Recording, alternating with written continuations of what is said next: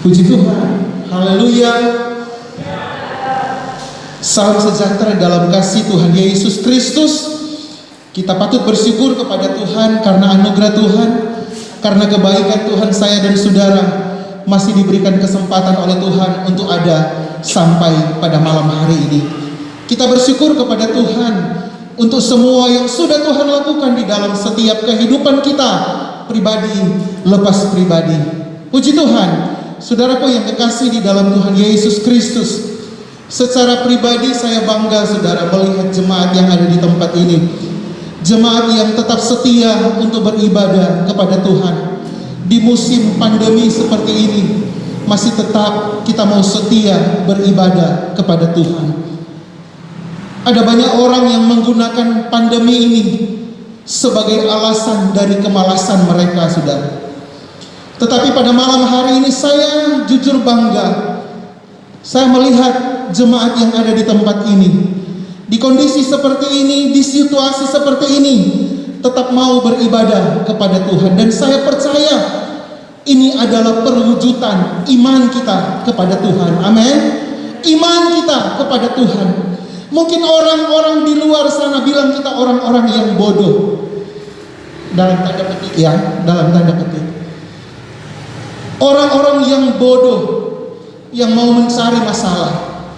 Tetapi saudaraku yang kekasih di dalam Tuhan Yesus Kristus, sebagaimana saya sudah katakan tadi, bagi kita yang ada malam hari ini, yang hadir malam hari ini merupakan perwujudan iman kita kepada Tuhan. Sebagaimana saya sudah katakan tadi pagi bahwa janganlah kita menjauhkan diri dari pertemuan ibadah kita, seperti dibiasakan atau dilakukan oleh beberapa orang. Tetapi sebaliknya mari kita melakukan itu semakin giat di hari Tuhan yang semakin dekat. Hari ini adalah hari yang sudah mendekati akhir zaman. Kita sudah ada di akhir daripada akhir zaman. Dan saya percaya semua yang kita lakukan pada malam hari ini, pada hari ini, tidak sia-sia di pemandangan mata Tuhan. Puji Tuhan, saudaraku yang kekasih di dalam Tuhan Yesus Kristus. Mari kita yang ada pada malam hari ini, kita buka hati kita untuk dengarkan kebenaran firman Tuhan. Sejauh mana kita membuka hati kita untuk firman Tuhan, untuk ibadah yang kita lakukan pada malam hari ini, sejauh itu pula lah firman Tuhan, sukacita itu akan bekerja di dalam setiap kehidupan kita. Puji Tuhan, malam hari ini kebenaran firman Tuhan saya berikan tema keselamatan adalah buah pertobatan. Keselamatan adalah buah dari pertobatan. Ayatnya masih sama seperti tadi pagi saudara. Tapi tadi pagi saya bicara tentang kasih yang membawa pada pertobatan. Tetapi malam ini keselamatan adalah buah pertobatan. Kebenaran firman Tuhan didasarkan pada Lukas pasal 19. Kita akan baca beberapa ayat di sana saudara. Lukas pasal yang ke-19 ayat yang ke-6 sampai ayat yang ke-10.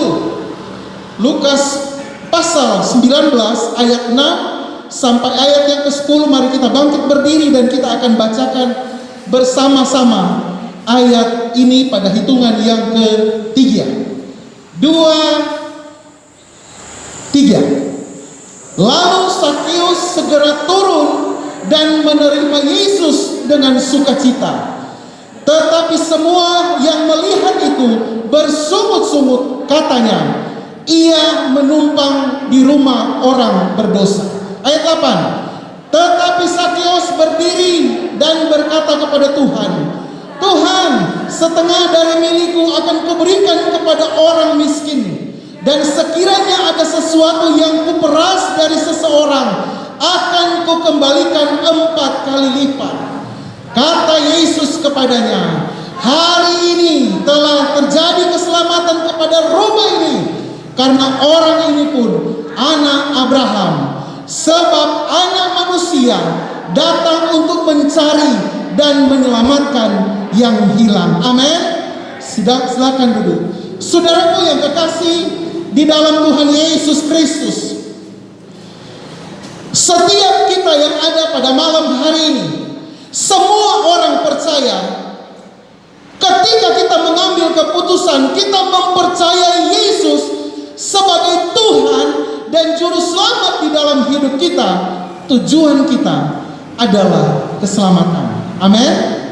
Keselamatan, tujuan satu-satunya, tujuan akhir dari kita mengiring Dia, kita melayani Yesus adalah keselamatan.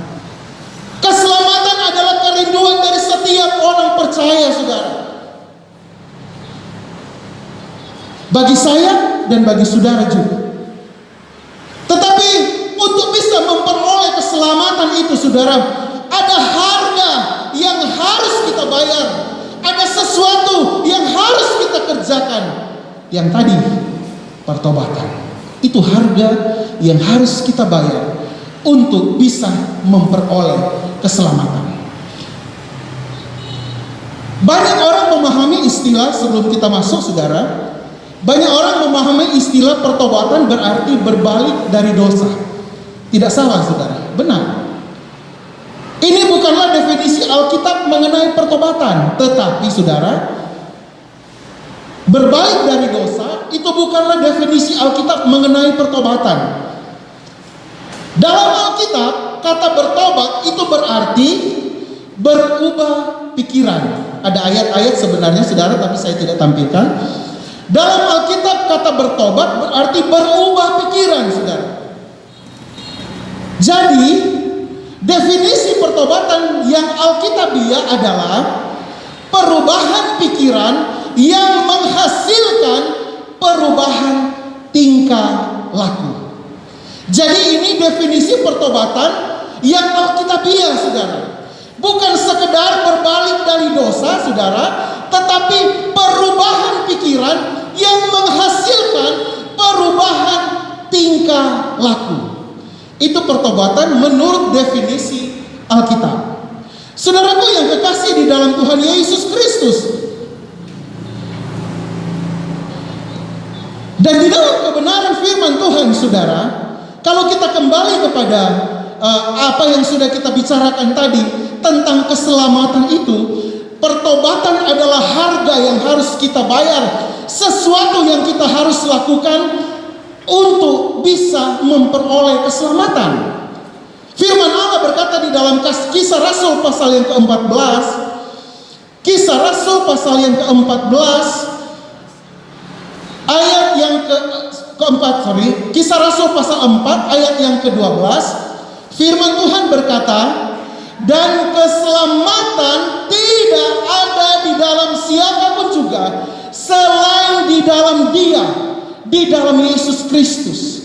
Sebab di bawah kolong langit ini tidak ada nama lain yang diberikan kepada manusia, ingat baik-baik, yang olehnya kita dapat diselamatkan. Tidak ada satu nabi pun yang bisa menjanjikan keselamatan. Tidak ada satu nabi pun yang bisa menjamin sebuah keselamatan. Hanya Yesus satu-satunya yang mampu memberikan kita keselamatan. Oleh sebab itu, moto dari GPDI apa, saudara? Sekali Yesus, tetaplah Yesus. Dan dia ini menjadi moto kita pada malam hari ini, bahwa sekali kita percaya Dia Yesus sebagai Tuhan, sebagai Juru Selamat kita, pegang itu, pegang itu, pegang itu sampai Tuhan menjemput kita kembali untuk ke surga. Ada banyak orang yang menjual Yesus karena harta. Ada banyak orang yang menjual Yesus karena pergaulan. Oleh sebab itu anak-anak muda yang ada pada malam hari ini, saya lihat ada begitu banyak anak-anak muda. Ingat, tidak ada keselamatan yang kita bisa dapat dari kepercayaan lain, dari nabi yang lain. Tetapi keselamatan itu hanya kita dapat peroleh di dalam Yesus Kristus. Pegang itu buat anak-anak muda. Tidak ada yang dapat bisa menyelamatkan kita selain Dia Yesus Dan firman Allah dengan jelas berkata, dan keselamatan tidak ada di dalam siapapun juga selain di dalam Dia. Kalau kita baca di dalam ayat yang ke-11, ayat yang ke-10, nama Yesus itu dicatat, saudara, sebagai batu penjuru, sebagai pribadi yang menyelamatkan. Saudaraku yang kekasih di dalam Tuhan Yesus Kristus, kita kembali kepada kebenaran firman Tuhan yang sudah kita baca, saudara, di dalam Lukas pasal yang ke-6, Lukas pasal yang ke-19 ayat yang ke-6, saudara. Di sana firman Allah berkata begini, lalu Sakeus segera turun dan menerima Yesus dengan sukacita. Ketika Yesus meminta Sakeus untuk turun karena Yesus mau ke rumahnya, Sakeus tidak berbantah-bantah, Sakeus tidak berlama-lama, saudara.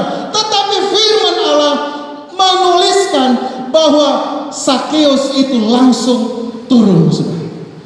Saudaraku yang kekasih di dalam Tuhan Yesus Kristus, Sakeus tidak bertanya, kenapa Tuhan harus ke rumah saya? Kok harus ke rumah saya? Apakah Tuhan tidak salah? Tuhan mau datang ke rumah saya yang orang lain bilang saya adalah pendosa, orang yang banyak kejahatan. Firman Allah berkata bahwa Sakeus segera turun dan menerima Yesus dengan sukacita. Saudaraku yang kekasih di dalam Tuhan Yesus Kristus, kita bisa membayangkan, saudara, jika ada orang terkenal, jika ada presiden, atau orang-orang yang mungkin kita idolakan, ketika tiba-tiba dia datang di Bima, lalu bilang, saya mau ke rumah kamu bermalam. Betapa bangganya itu, saudara. Betapa bangganya kita, saudara, ketika orang-orang yang kita idolakan, apalagi seperti presiden, seperti pejabat-pejabat penting, seperti artis-artis terkenal, semacam ada rasa kebanggaan di dalam kehidupan kita. Dan saudara, mungkin ini yang dialami oleh Sakeus pada waktu itu. Dia sudah mendengar nama besar dari Yesus, saudara. Dan siapa yang tidak bangga? Siapa yang tidak bersyukur? Tuhan Yesus yang adalah tokoh besar pada waktu itu mau mampir dan tinggal di rumahnya. Saudaraku yang kekasih di dalam Tuhan Yesus Kristus, ketika kita mendapatkan tawaran seperti ini, tawaran yang sama dari Tuhan untuk saya dan saudara, saya percaya kita akan segera bergegas, kita akan cepat-cepat menyambut Dia. Sebab yang kita sambut adalah Yesus Tuhan yang menciptakan seluruh alam semesta. Dia Raja di atas segala raja. Dan Dia meminta kepada kita, meminta kepada saya dan saudara untuk diperbolehkan tinggal di dalam hati kita, untuk tinggal di dalam kehidupan kita. Betapa bersyukurnya kita, saudaraku yang kekasih di dalam Tuhan Yesus Kristus. Kalau kita baca di dalam ayat yang ke-6 ini, saudara, ada 3 sikap, saudara, dari Sakeus yang dapat kita lihat, saudara. Yang pertama, kata turun. Ini 3 sikap yang dilakukan oleh Sakeus. Turun, ada saya garis bawahi, saudara. Menerima, sukacita, saudara. Ini 3 sikap yang ditunjukkan ketika Tuhan meminta Sakeus untuk tinggal di rumahnya. Ketika Tuhan meminta untuk tinggal di rumahnya, Sakeus segera turun, saudara. Dia turun dari pohon dan dia bertemu dengan Tuhan secara pribadi, saudara, muka dengan muka. Padahal kalau tadi pagi kita dengar, dia mungkin tidak pernah berpikir bahwa dia akan bertemu dengan Tuhan secara pribadi, secara muka dengan muka. Dia bisa melihat, tetapi bertemu dia tidak terpikirkan, saudara. Tetapi hari itu, saudara, dia bisa bertemu muka dengan muka, muka dengan Yesus. Saudaraku yang kekasih di dalam Tuhan Yesus Kristus, Begitupun dengan kita, saudara. Kalau kita mau diselamatkan, kalau kita mau Yesus tinggal di dalam kehidupan kita, kita juga harus turun dari ketinggian pohon yang menghalangi kita untuk berjumpa dengan Yesus lebih dekat lagi. Kita harus meninggalkan segala kesombongan kita.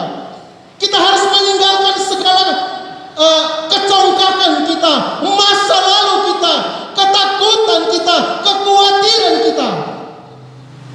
Kita harus tinggalkan semuanya itu. Lalu kita turun untuk datang kepada Yesus. Karena ketika kita mengambil sikap seperti itu, kita turun, maka baru disitulah kita bisa bertemu dengan Yesus secara pribadi, muka dengan muka. Saudaraku yang kekasih di dalam Tuhan Yesus Kristus, sikap yang kedua adalah menerima, saudara. Sakeus menerima dengan senang ketika Yesus meminta dia untuk ke rumahnya, saudara.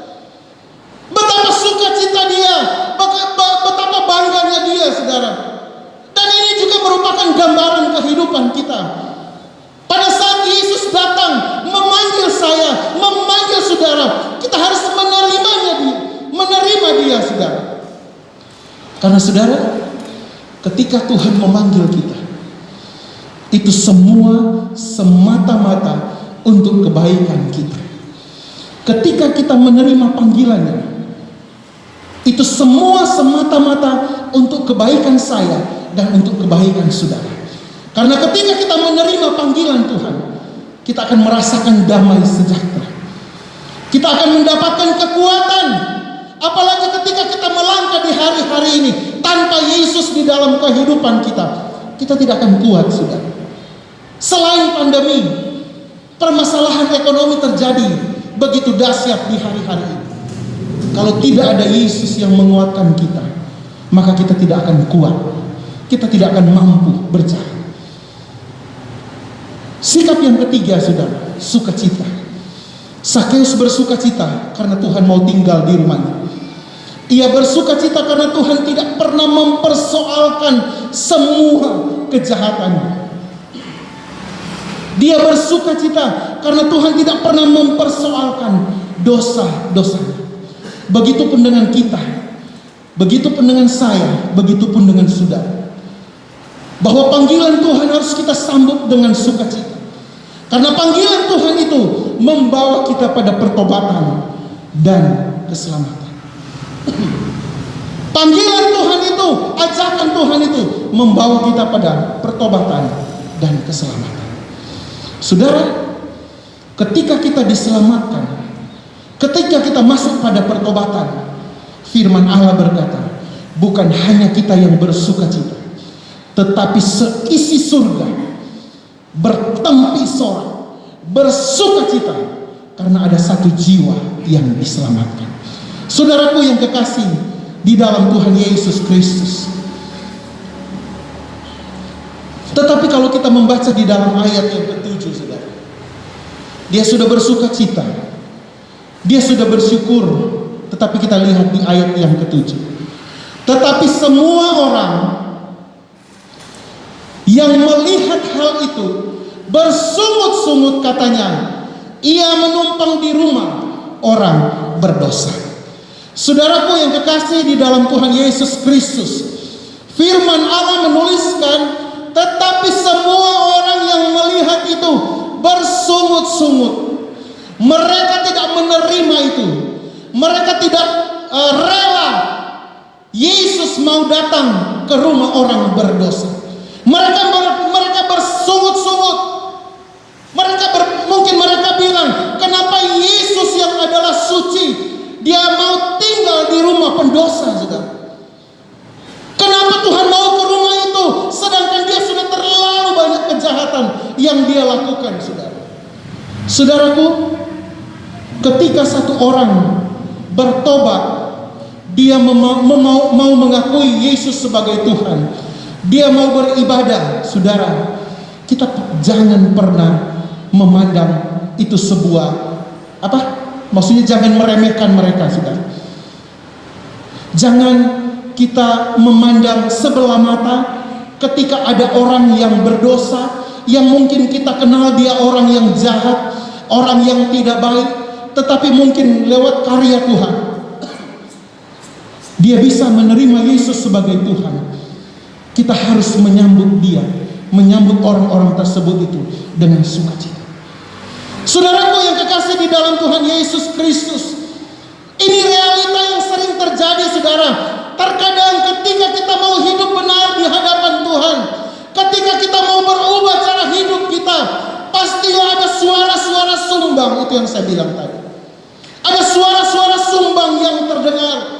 Ketika ada jemaat yang mau setia melayani Tuhan lewat talenta yang Tuhan sudah berikan, pasti akan ada suara-suara sumbang yang akan terdengar di luar sana.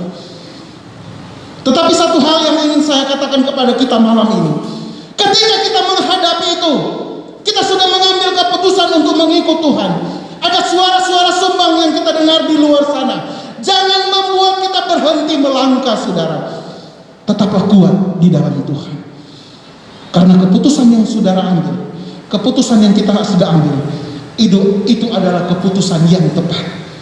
Saudaraku yang kekasih di dalam Tuhan Yesus Kristus, terkadang kita menjadi seperti orang banyak itu yang di dalam kisah Sakeus ini. Terkadang kita menjadi seperti mereka, tanda petik saudara. Di dalam cerita ini, terkadang kita menjadi hakim atas hidup orang lain. Seakan-akan bahwa kita yang paling benar, kita yang paling suci, dan orang yang ada di depan kita, orang yang ada di sekeliling kita adalah orang-orang yang penuh dengan dosa dan kesalahan. Saudara, firman Tuhan berkata seperti ini, menuliskan seperti ini. Orang waktu itu menganggap dia orang berdosa, dan mereka menganggap hanya mereka yang paling benar.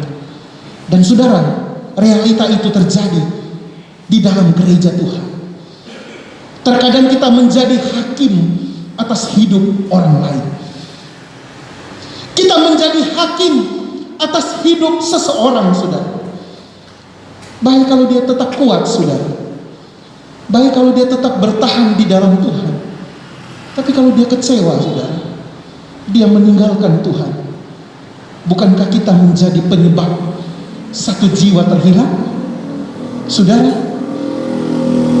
di dalam gereja kita, di dalam pelayanan kita, saya percaya itu tidak ada sifat-sifat seperti ini. Tetapi kalaupun ada, mari kita bertobat, kita mohon ampun kepada Tuhan. Ketika ada orang yang mau melayani Tuhan, mau aktif di dalam pelayanan, di dalam kegiatan gereja, harusnya saudara mendukung itu di dalam doa. Bukan ada suara-suara sumbang yang keluar di sana. Oh, orang ini sok suci, orang ini sok benar. Jangan, saudara. Karena firman Allah menuliskan itu, saudara. Saudaraku yang kekasih di dalam Tuhan Yesus Kristus, di dalam ayat yang ke-8 selanjutnya, saudara, firman Allah berkata, tetapi Sakeus berdiri dan berkata kepada Tuhan, Tuhan, setengah dari milikku akan kuberikan kepada orang miskin, dan sekiranya ada sesuatu yang kuperas dari seseorang, akan kukembalikan 4 kali lipat. Saudara, salah satu bentuk dari pertobatan yang benar adalah semangat. Tetap semangat dan tindak lanjut untuk melakukan sesuatu untuk memperbaiki kesalahan saudara. Itu salah satu bentuk dari pertobatan seseorang atau pertobatan kita. Saudara mendapati di ayat ini kata mengembalikan 4 kali lipat itu adalah hukum orang Yahudi bagi orang yang mencuri lembu atau domba, dia harus menggantinya 4 kali lipat, saudara. Itu tertulis di dalam Keluaran pasal yang ke-22 ayat yang pertama. Jadi orang yang terbukti mencuri, terbukti melakukan sesuatu hal yang tidak baik di mata masyarakat, dia harus mengembalikan 4 kali lipat, karena itu adalah hukum orang Yahudi. Tetapi saudaraku yang kekasih di dalam Tuhan Yesus Kristus, satu hal yang luar biasa yang dapat kita lihat, saudara, dari kehidupan Sakeus. Kalau bukan Tuhan yang berkarya di dalam hidupnya, itu pasti tidak akan dia lakukan. Firman Tuhan berkata apa? Tuhan, setengah dari milikku akan kuberikan kepada orang miskin. Adat istiadat orang sana 4 kali lipat, saudara. Tetapi karena Tuhan, karena kasih Tuhan yang sudah bekerja di dalam kehidupannya, Sakeus berani mengambil satu keputusan yang luar biasa. Setengah dari milik. 4 kali lipat itu pun, saudara, itu sudah lebih dari cukup. Lebih dari cukup untuk mengganti, saudara. Itu pemahaman orang pada zaman itu, saudara. Tetapi firman Tuhan berkata, setengah dari milikmu akan kau berikan kepada orang miskin. Luar biasa, saudara. Luar biasa. Setengah hartanya, saudara, dipakai untuk mengganti kerugian orang-orang pada waktu itu. Saudaraku yang kekasih di dalam Tuhan Yesus Kristus, kan ayat yang ke-6, ayat yang ke-8 tadi tulis toh, Tuhan, setengah dari milikku akan kuberikan kepada orang miskin. Satu tindakan yang luar biasa yang dilakukan oleh Sakeus. Saudaraku yang kekasih di dalam Tuhan Yesus Kristus, ayat yang ke-9 dan ayat yang ke-10, firman Allah berkata, kata Yesus kepadanya, hari ini telah terjadi keselamatan kepada rumah ini, karena orang ini pun anak Abraham. Sebab anak manusia datang untuk mencari dan menyelamatkan yang hilang. Saudaraku yang kekasih di dalam Tuhan Yesus Kristus, hari ini telah terjadi keselamatan, saudara. Pertobatan yang benar itu akan disertai, itu akan menghasilkan keselamatan. Amin. Makanya firman Tuhan saya berikan tema bahwa keselamatan itu adalah buah dari pertobatan kita. Tidak sia-sia, saudara, kalau kita bertobat.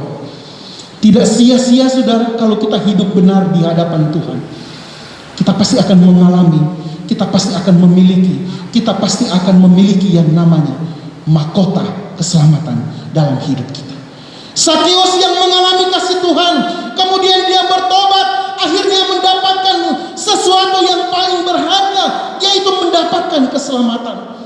Dan saya percaya, tadi saya sudah katakan bahwa kita pun yang ada pada malam hari ini, kita mau sama seperti Sakeus, memperoleh keselamatan di dalam setiap kehidupan kita.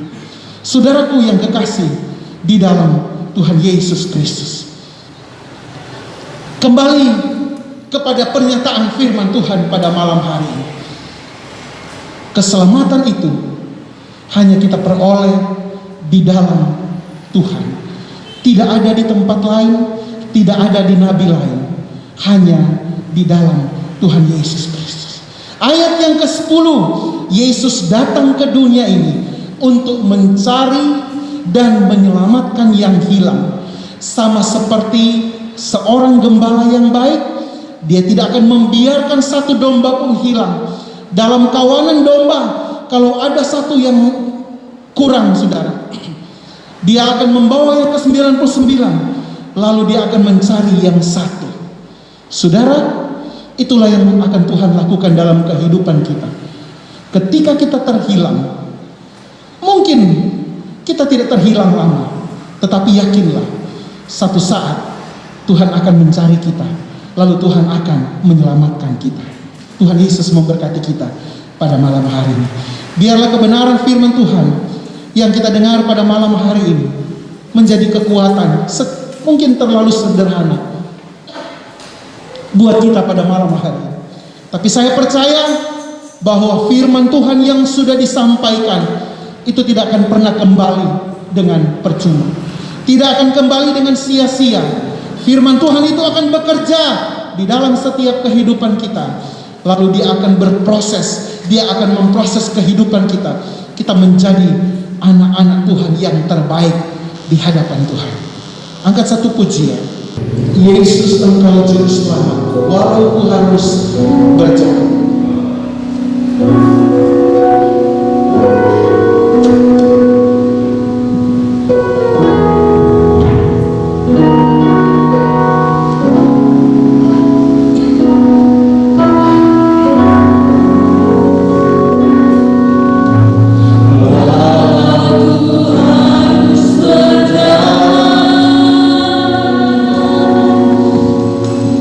Dalam lembaga